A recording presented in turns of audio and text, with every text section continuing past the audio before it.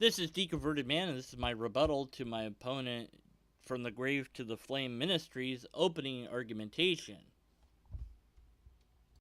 The Kalam cosmological argument can be summed up as the problem of the chicken and the egg. Which came first, the chicken or the egg?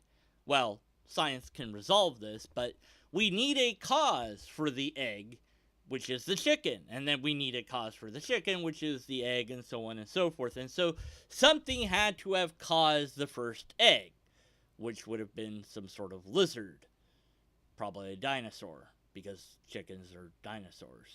So I'm not sure that lizard is the right term. You know what? I'm going to leave that to somebody that knows science. My point is, cause and effect are essentially what the Kalam is talking about, but it gets some things wrong. In essence, this model that I have labeled my Z1XB model diagrams out what the Kalam cosmological argument is trying to argue for. We have an event, at least one or more causes, before the thing that we're talking about. And the thing here is Z, the before is B, and 1x is the one or more, because x can be any other number. Well, that's all fine and dandy, and it would work great if the Kalam was not logically flawed. But it is. The superlative of everything, always, never, nowhere are statements that can only be made when you're absolutely sure that they are provable within logic. And the Kalam uses a superlative. Everything that begins to exist has a cause. You can't say that. You can only say everything that we've observed has a cause. And then, of course, you have the possibility that quantum physics has a counterexample. Now, maybe it is and maybe it isn't a counterexample, but that's a problem. But first deal with the first problem, that you've said everything. Well, you don't know that. You only know about the things that we've observed. If it turns out that there's something out there that doesn't have a cause yet begin to exist, well, there goes your argument. And you don't know because we haven't observed everything. The Kalam then goes from that, as if it doesn't matter, off into the next set of premises that try to argue for God, saying that God is spaceless, timeless, which is incoherent, because if you have no time, then you can't do anything, and if you have no space, you have nowhere to do it in.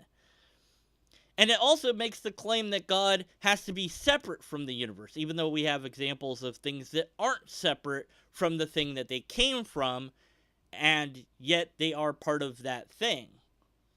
So that doesn't really follow. And we have examples of simple things becoming more complex. Certainly a seed from a tree is simpler than the tree.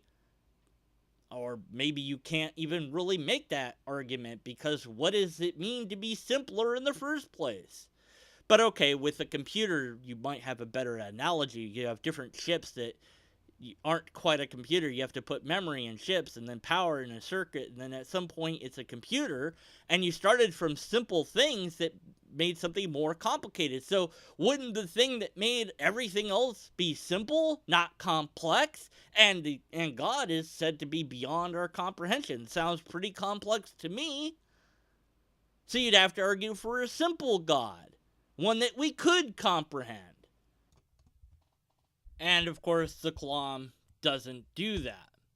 So the special pleading required for God is that it's without any cause, it's just existed forever. It is more powerful than the thing that it made, and also more complex, but it would have to be simple because consistency kind of matters. It all starts going off hill with the first couple of premises, which, even if we said, okay, fine, let's grant those, they would not be evidence for God. They'd be evidence of cause and effect.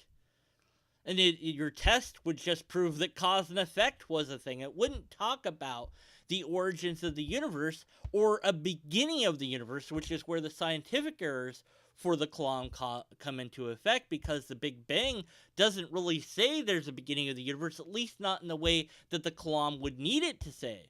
Of course, you also have equivocation with all things that begin to exist and then the universe began to exist. Well, is the universe a thing, or is it a group of things? You get into all sorts of problems there. So my opponent has to reformulate the argument, or just dismiss it and drop it and find a different argument or make a new argument.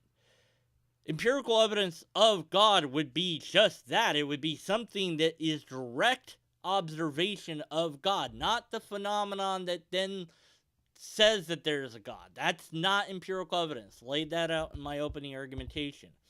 And that's embedded in both of our definitions of evidence, 1 and 2. It's right there. I would direct my opponent back to his own definition.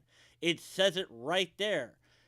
The observation of the phenomenon of cause and effect is not observation of the phenomenon God. Try again. You didn't get it. So this wouldn't be empirical evidence or a test. It might be an argument for a God, but it certainly wouldn't be a logically coherent argument, because it breaks the rules of logic by using that superlative. So you'd have to get rid of that. The Kalam's been demolished and destroyed multiple times. Within this short time frame, I've showed just a few problems with it. It is my hope that my opponent will correct those problems, or just abandon this argument in favor of something better. Maybe there's empirical evidence of God. If there is, he needs to find it and present it. If there's some sort of test, well, then he needs to tell us how that works. But these things have to point directly to God, not something that then points to God. That doesn't count for the argument at hand. And if my opponent wants to give an argument, fine. But the argument must be logically coherent, and we haven't yet received that. And unless and until we do, going to have to continue to be skeptical of his conclusions.